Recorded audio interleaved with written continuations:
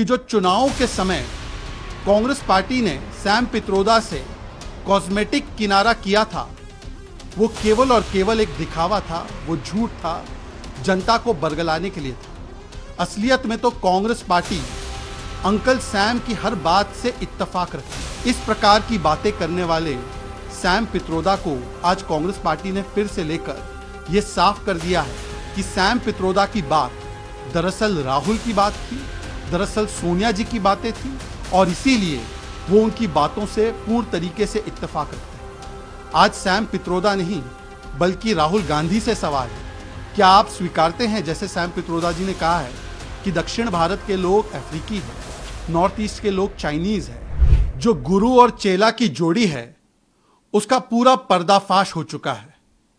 गुरु uncle Sam, जिनको shameless Sam भी कह सकते हैं, और चेला रेकलेस राहुल।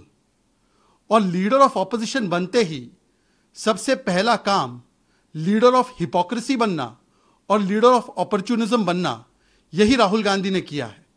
जिस प्रकार से कांग्रेस पार्टी ने सैम पित्रोदा को, जो गांधी परिवार के सबसे खास है, जो राहुल गांधी के गुरु है और जो राहुल गांधी के तमाम विदेशी दौरों को ऑर्गेनाइज करते हैं, उनको फिर से पुरस्कृत करते हुए पार्टी में इंडियन ओवरसीज कांग्रेस का पद दिया है।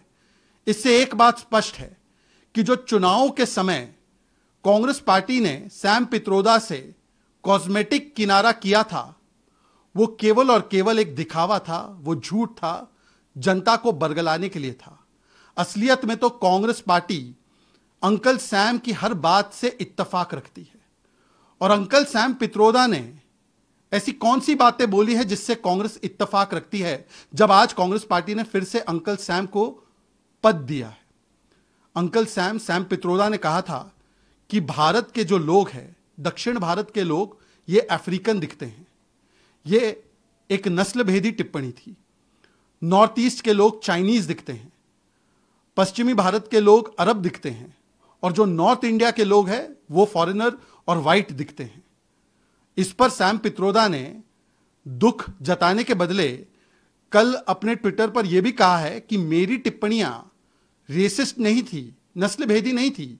ये तो जनता जिसको आक्रोश लगा इस पूरी टिप्पणी पर, वही रेसिस्ट थी।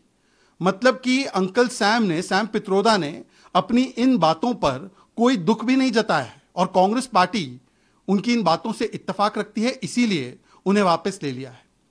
सैम पित्रोदा ने तो यह भी कहा था कि संविधान बनाने में आंबेडकर जी का कोई रोल नहीं है, केवल नेहरू जी का रोल है। आज जो संविधान की कॉपी लेकर इधर उधर घूमते हैं, उनको बताना चाहिए कि क्या इसीलिए सैम पित्रोदा को पार्टी में लिया क्योंकि वो मानते हैं कि आंबेडकर जी का संविधान बनाने में कोई रोल नहीं था। ये वही सैम पित्रोदा है जिन्होंने कहा कि मिडिल क्लास पर टैक्स बढ़ाना चाहिए और इनहेरिटेंस टैक्स लगना चाहिए जो 55% होना चाहिए। ये वही अंकल सैम, सैम पित्रोदा है जिनको सिख नरसंहार के बारे में, 1984 के नरसंहार के बारे में पूछा गया तो उन्होंने कहा हुआ तो हुआ, 3000 जाने गई तो गई। जब उनको पाकिस्तान के द्वारा पुलवामा जो आतंकी हमला किया गया तो उन्होंने कहा कि पाकिस्तान को थोड़ी इसका दोष दिया जा सकता है। इस प्रकार की बातें करने वाले सैम पित्रोदा को आज कांग्रेस पार्टी ने फिर से लेकर यह साफ कर दिया है कि सैम पित्रोदा की बात दरअसल राहुल की बात थी, दरअसल सोनिया जी की बातें थी और इसीलिए वो उनकी बातों से पूर्ण तरीके से इत्तेफाक रखते हैं। आज सैम पित्रोदा नहीं बल्कि राहुल गांधी से सवाल है, क्या आप स्वीकारते हैं, जैसे सैम पित्रोदा जी ने कहा है, कि दक्षिण भारत के लोग अफ्रीकी है, नॉर्थ ईस्ट के लोग चाइनीज है?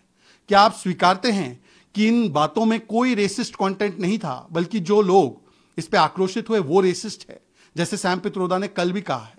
क्या आप मानते हैं कि सिख नरसंहार हुआ तो हुआ? क्या आप मानते हैं कि पुलवामा पर पाकिस्तान को क्लीन चिट दिया जाना चाहिए? और क्या आप मानते हैं मिडिल क्लास पर टैक्स बढ़ाए जाने चाहिए? और आखिरी में, क्या आप मानते हैं कि जिस संविधान की कॉपी लेकर आप घूमते हैं उसमें आंबेडकर जी का कोई रोल नहीं था? आज कांग्रेस पार्टी को किनारा करने का कोई अवसर नहीं मिलेगा। उन्हें इन बातों पर जवाब देना होगा, क्योंकि कांग्रेस ने यह दिखा दिया है कि सैम पित्रोदा परिवार के सबसे ज्यादा करीबी है और इसीलिए उन्हें पुरस्कृत किया गया है और जनता को केवल और केवल धोखे में रखा गया है जब उन्होंने चुनाव के समय एक छोटी सी कार्रवाई कराने का ढोंग रचा था।